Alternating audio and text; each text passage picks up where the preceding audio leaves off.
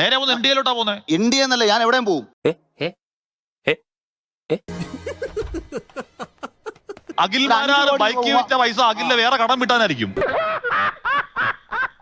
പിറ്റേന്നാ 5 ലക്ഷം രൂപ 20 ഇട്ട് വന്നു അഖിലിന് അക്കൗണ്ടിൽ ഇട്ട് വന്നു. അത് 5 മിനിറ്റ് പോലും എന്റെ ജീവിതത്തിൽ ബിഗ് ബോസ് എന്ന പരിപാടി ഞാൻ കണ്ടിട്ടില്ല. അതിനെക്കാട്ടും ഞാൻ ലുലുമാളിൽ പോയി നടുറോടിൽ നിന്ന് മുണ്ടോക്കി കാണിച്ചിട്ട് 4 പേരെ കൂട്ടുന്നില്ല. I am not a copycat. I am 100%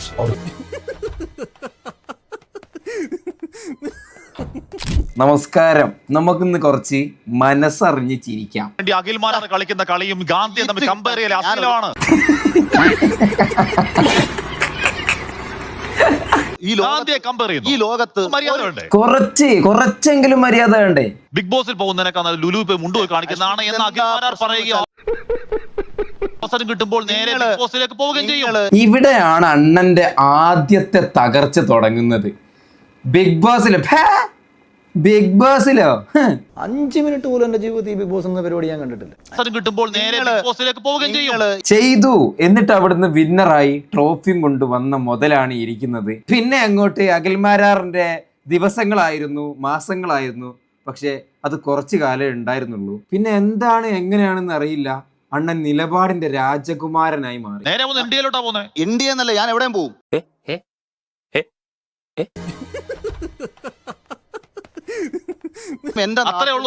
നിലപാട് ജനങ്ങളെ രക്ഷിക്കാൻ അത്രയുള്ളൂ നിലപാട്. ഈ അഭിപ്രായം മാറ്റുന്നത് തെറ്റാണ്. എന്റെ അഭിപ്രായത്തിൽ അത്ര വലിയ തെറ്റൊന്നല്ല. പക്ഷെ എന്റെ ഒരു കാഴ്ചപ്പാടിൽ ഒരു വിഷയത്തെക്കുറിച്ച് കൂടുതൽ വിവരങ്ങൾ ലഭിക്കുമ്പോൾ അഭിപ്രായം മാറിയേക്കാം. രാഷ്ട്രീയ സാഹചര്യങ്ങൾ മാറാം, സ്വന്തം അനുഭവങ്ങൾ മാറാം. അതനുസരിച്ച് ചിലപ്പോൾ ഒരാളുടെ അഭിപ്രായവും മാറും. പക്ഷെ ഇവിടെ അഖിൽമാരാറിന്റെ വിഷയത്തിൽ പ്രശ്നം ഉണ്ടാകുന്നത് മറ്റൊരിടത്താണ്. ഇന്നലെ പറഞ്ഞതും ഇന്ന് പറഞ്ഞതും തമ്മിൽ വലിയ വൈരുദ്ധ്യം ഉണ്ടെങ്കിൽ ആ ഒരു വിഷയത്തിന് വിശദീകരണം നൽകേണ്ടത് ആ ഒരു വ്യക്തിയുടെ ഉത്തരവാദിത്വമല്ലേ? ആണ്. അല്ലാതെ ഇവിടെ പല ആളുകളും പല സാധനങ്ങളും മാറ്റി പറഞ്ഞിട്ടുണ്ടെങ്കിൽ അതിനുള്ള കാരണങ്ങൾ ഉണ്ടാവും.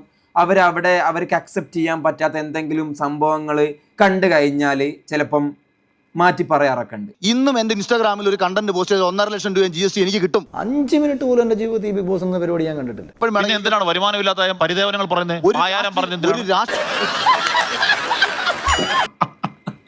ഇത് രാവിലെ തുടങ്ങും. അയ്യോ, എൻ്റെ ബെൻസ് വിറ്റു, എൻ്റെ BMW വിറ്റു, അമ്മേ അവരെന്നെ ചതിച്ചു. അല്ലല്ല, നേരത്തെ എന്തായിരുന്നു പറഞ്ഞത് സാർ? ഇന്നും എന്റെ ഇൻസ്റ്റാഗ്രാമിൽ ഒരു കണ്ടന്റ് പോസ്റ്റ് ചെയ്ത് 1.5 ലക്ഷം രൂപ GST എനിക്ക് കിട്ടും. എന്നെ കൊണ്ടൊന്നും പറയിപ്പിക്കണ്ട. 1.5 ലക്ഷം. എടാ, 1.5 ലക്ഷത്തിനൊന്നും ഒരു വിലയില്ലേ? 1.5 ലക്ഷം. എൻ്റെ അഖിൽമാരാർ ഇൻസ്റ്റാഗ്രാമിൽ ഒരു പോസ്റ്റിന് 1.5 ലക്ഷം രൂപ ഇപ്പം ഉണ്ടെന്ന്. ഏതെങ്കിലും 1-2 പ്രാവശ്യമൊക്കെ കിട്ടിക്കാണും ചിലപ്പം. അതിനു മാത്രമുള്ളതൊന്നും എനിക്ക് ഇപ്പോ അണ്ണന്റെ അടുത്തുണ്ട് എന്ന് തോന്നുന്നില്ല. കാരണം ഇവിടെ 1.5 ലക്ഷം രൂപ എന്ന് പറഞ്ഞാല് ഇവന് കൊടുക്കുന്ന ആ ഒരു പണത്തിന് ആ ഒരു ബ്രാൻഡ് ഒരു 15 ലക്ഷം രൂപ ഇവൻ മുഖേന ഉണ്ടാക്കണം. നിങ്ങൾക്ക് തോന്നുന്നുണ്ടോ അത് കിട്ടുമെന്ന്? ഈ അഖിൽമാരാറിന് ഇപ്പൊ എത്ര ഫോളോവേഴ്സ്? ഒരു 5-6 ലക്ഷം ഫോളോവേഴ്സ് ഐ തിങ്ക്. അപ്പം അത്രയും ഫോളോവേഴ്സ് ഉള്ള ഒരാൾക്ക് 1.5 ലക്ഷം രൂപ തന്നിട്ടുണ്ടായിരിക്കാം. എനിക്ക് കിട്ടുമെന്ന് എനിക്ക് അറിയില്ല കേട്ടോ. അങ്ങനെ കിട്ടിയിട്ടുണ്ടെങ്കിൽ അതിനൊരു കാരണമുണ്ട്. എന്താണെന്നറിയോ? അഖിൽമാരാർ ഒരു സാധാരണ സോഷ്യൽ മീഡിയ വ്യക്തിയിൽ നിന്നൊരു പബ്ലിക് ഫിഗർ ആയിട്ട് മാറിയിട്ടുണ്ടായിരുന്നു. ഇദ്ദേഹം ഒരു യൂട്യൂബിൽ വീഡിയോ ക്രിയേറ്റ് ചെയ്ത് വന്ന പബ്ലിക് ഫിഗർ അല്ല. ഇതേപോലെ ഇൻസ്റ്റഗ്രാം റീൽ ക്രിയേറ്റ് ചെയ്ത് വന്ന ആളല്ല. ഇദ്ദേഹം ആദ്യം ഡയറക്ടർ ആയിരുന്നു. ദെൻ അദ്ദേഹം ബിഗ് ബോസിലൊന്നും പോകില്ല.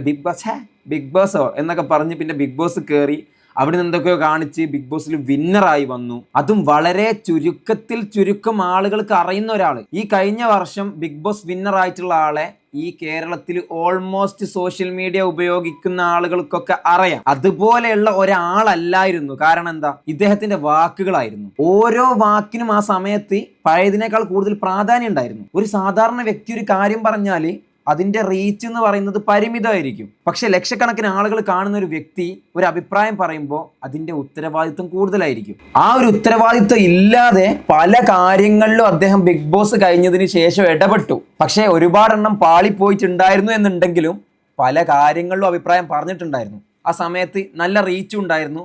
അതുകൊണ്ട് അദ്ദേഹത്തിന്റെ ആ ഒരു വാല്യൂ അന്നുണ്ടായിരുന്നു. പക്ഷെ ഇന്നുണ്ടെന്ന് എനിക്ക് തോന്നുന്നില്ല. എന്റെ നാട്ടിൽ ഉൾപ്പെടെ നാണം കെട്ട് നിൽക്കുക. ഞാൻ നാണക്കേട് മാറ്റാൻ വേണ്ടി പറഞ്ഞു. വഴി കൂടെ പോകുന്ന ഏത് അലവലാതിക്കും കൊടുക്കാൻ പറ്റുന്ന സീറ്റാ തൃക്കാക്കര. വേണ്ടത് ഇറങ്ങി തുറന്നേ. 21,500 അത്ര മോശം ഓട്ടൊന്നും അല്ലല്ലോ. പക്ഷെ ഉമാ തോമസിന്റെ ഭൂരിപക്ഷത്തിന് പകുതി പോലും ഇല്ല. പല വഴിക്ക് കിട്ടുവാണല്ലോ എന്റെ പൊന്നാകിൽമാരാറ്. എന്തിന്റെ കാര്യം ഉണ്ടായിരുന്നു ഇവിടെ? ഞാൻ പറയുമ്പോ ഒരുത്തനുണ്ടായിരുന്നില്ല, മറന്നുപോയി. എന്തോ ഒരു ആർമിന്റെ വിഷയത്തിൽ ബിഗ് ബോസിൽ ലാലേട്ടൻ ചോദിച്ചപ്പോ കൊഴഞ്ഞു വീണില്ലായിരുന്നു. അതേപോലെ തല കറങ്ങി വെക്കുന്നതായിരുന്നു നല്ലത്. എന്നാ പെട്ടെന്ന് തന്നെ എടുത്തുണ്ടായിട്ട് അതങ്ങോട്ട് തീരുമാനമാക്കായിരുന്നു. അത് ഞാൻ പറയുന്നല്ലോ, എന്റെ വണ്ടി ഞാൻ വിറ്റെന്ന്. ഇപ്പൊ പച്ചക്കള്ളോ പറയുന്നത്? അഖിൽമാരാർ 5 പൈസ ചെലവാക്കിയിട്ടില്ല. ഇതിന് തൊട്ടു പിറ്റേന്നാണ് 5 ലക്ഷം രൂപ 20 ഇട്ട് തന്നു അഖിലിന്. അക്കൗണ്ടിൽ ഇട്ട് തന്നു. അത് ചെലവാക്കി അക്കൗണ്ടിലല്ലാണ്ട് പിന്നെ എങ്ങനെ എന്റെ മാരാറ് ഇട്ട് തരുക? അക്കൗണ്ടിൽ ഇട്ട് തന്നു. മാരാർ ഇപ്പൊ വിചാരിക്കുന്നുണ്ടാവും ഭൂമി ഒന്ന് പിളർന്നിരുന്നെങ്കിൽ നേരെ അങ്ങോട്ട് പോവായിരുന്നു. വന്നപ്പോ മുതൽ കിട്ടുക, ഒരു മാറ്റവും ഇല്ല. ആദ്യം 10,000 രൂപ നോമിനേഷന് കെട്ടിവെക്കാം. 5 ലക്ഷം ഇട്ട് 5 ലക്ഷം തന്നോ? 5 ലക്ഷം അത് എടുക്കാൻ പറ്റില്ല ഹാഷ്മി. എന്താ അത് എടുക്കാൻ പറ്റില്ല ഹാഷിമി? അത് വെറുതെ. 5 ലക്ഷം ഇട്ട് തന്നോ? ഞാൻ 5 ലക്ഷം രൂപ തെരഞ്ഞെടുത്ത് ഇയാളല്ലേ പറഞ്ഞത് എനിക്കൊന്നും കിട്ടിയിട്ടില്ല, ഞാൻ അങ്ങനെയാണ് ഇങ്ങനെയാണ്. ഇതൊക്കെ യാഷിമി എവിടുന്നോ ഫുള്ള് ഡീറ്റെയിൽസ് എടുത്ത് വന്നിരിക്കാട്ടോ. പോസ്റ്റ് ഒട്ടിക്കാൻ കൊടുക്കാൻ പറ്റുമോ? പറ്റത്തില്ലല്ലോ. ഇലക്ഷന്റെ ഫണ്ടാണോ? എടാ വെന്തിങ്ങനെ ഉരുക. അല്ല എന്റെ മാരാറേ, 5 ലക്ഷം എന്തിനാ? അതിന് മാത്രമൊന്നും ഇല്ലായിരുന്നല്ലോ. കൂടി വന്ന ഒരു 10-50,000 രൂപ, 1 ലക്ഷം രൂപ കൂട്ടാ. 1 ലക്ഷം രൂപേൻ്റെതൊക്കെ ഉള്ളായിരുന്നു. സ്ഥാനാർത്ഥി ആയപ്പം മുതൽ നാട്ടുകാർക്ക് മൊത്തം ഉറപ്പാ തോൽക്കുന്നു. പിന്നെ എന്ത് കാര്യത്തിന് ഇത്രയും പൈസ ചെലവാക്കി? എന്റെ ഒരു അഭിപ്രായത്തിൽ മാരാർ ഒരു 5 ലക്ഷത്തിനൊന്നും ഇല്ല. അഖിൽമാരാർ ബൈക്ക് വിറ്റ പൈസ അഖിലിന്റെ വേറെ കടം വിട്ടാനായിരിക്കും. അത് ശരിയാ. വേറെ എന്തെങ്കിലും കടമ്പ് കിട്ടാനായിരിക്കും. കടം ഉണ്ടല്ലോ കുറെ, എന്തൊക്കെയോ ബെൻസൊക്കെ വിറ്റുണ്ടല്ലോ, വേറെ എന്തെങ്കിലുമൊക്കെ കടം ഉണ്ടാവും. അല്ലാണ്ട് ആ ബെൻസും BMW ബൈക്കൊക്കെ വിറ്റിട്ട് ഇത്രയും പൈസയൊക്കെ അതിന് ഒരിക്കലും ഇല്ല. ബൈക്കും വിറ്റ് അഖിൽമാർ 5ന്റെ നയാ പൈസ തൃക്കാക്കറിൽ ചെലവാക്കിയിട്ടില്ല. പൊളിഞ്ഞ് മൊത്തം പൊളിഞ്ഞ്. ഞാൻ ചെലവാക്കിയ എല്ലാ പൈസ അവർ എനിക്ക് തിരിച്ചു തന്നു. പിന്നെന്താ പ്രശ്നം? പറയ്. പൊളിക്കാൻ വേണ്ടി ചില്ലറ പൈസയും കൊടുത്ത് ജനകീയ കോടതിയിൽ കൊണ്ടുപോയി ഇരുത്തി പൊളിച്ചങ്ങോട്ട് കൊടുത്ത്. ഒന്നും പറയാനില്ല.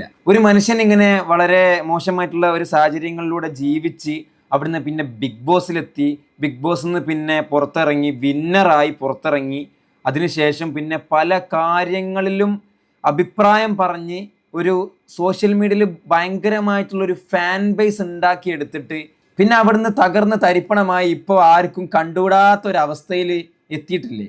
അതെങ്ങനെ വരുന്നതെന്നറിയോ? അഖിൽമാരാറിനെ 100 ദിവസം ആളുകൾ ബിഗ് ബോസിലൂടെ കണ്ടിട്ടുണ്ട്, ഒരുപാട് ആളുകൾ.